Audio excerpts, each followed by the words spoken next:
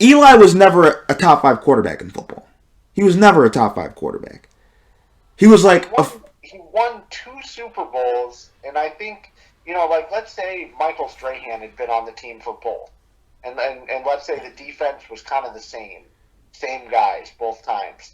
Then I think you might have more of a case to say, okay, Eli Manning, maybe the defense carried him, but different guys on defense that were kind of leading the charge in both of those Super Bowls, and Eli is kind of the consistent guy. Well, I mean, they still had Osi Umenora and Justin Tuck.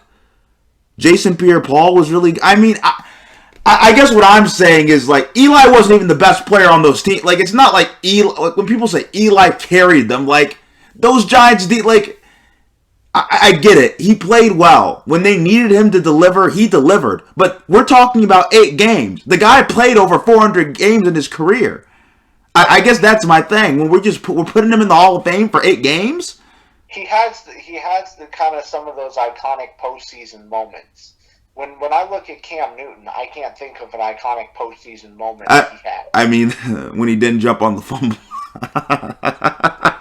Well, a positive postseason moment that was iconic. Oh.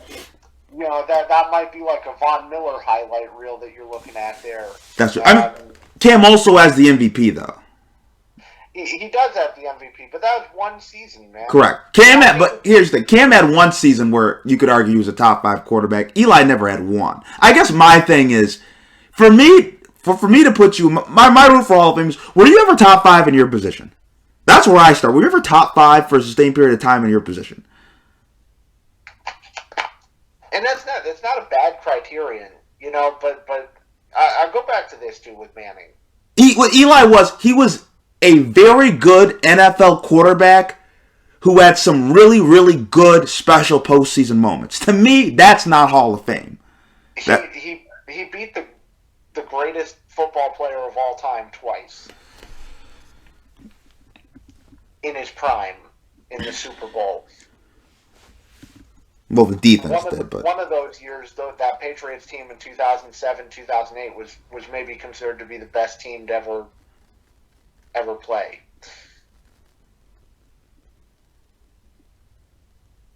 So I think it's just about kind of the magnitude of who you beat in the Super Bowl too.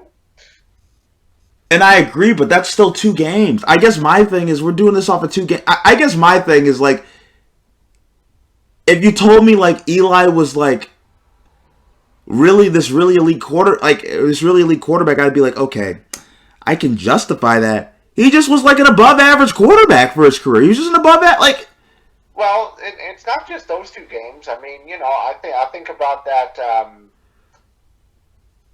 Hail Mary he threw to Hakeem Nicks in the NFC Championship game. Again, at Lambeau Field. I mean, they had to go through some teams, Daryl, to get to the Super Bowl. They're pretty good. That first run, they had to get through a very good Dallas Cowboys team, and then a Green Bay Packers team that still had Brett Favre on it. I mean, got through some tough teams. But I agree. But if we're talking about the Hall of Fame, then why are we putting guys like? Then you could, like, for example, for Mike White, you said Mike White can have his game ball in his house.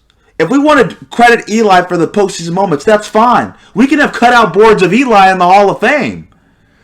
We can induct that 2007 Giants team in the Hall of Fame. We can induct that 2011 Giants team in the Hall of Fame. I'm fine if we do that, because that was a team effort. But I think when we're like, because of these couple moments, we're going to put somebody who was never elite at his position in the Hall of Fame, I just don't vibe with that.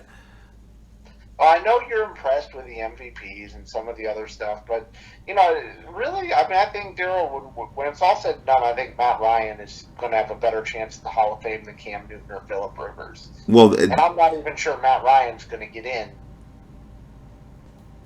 But, I think he's just going to have a better shot.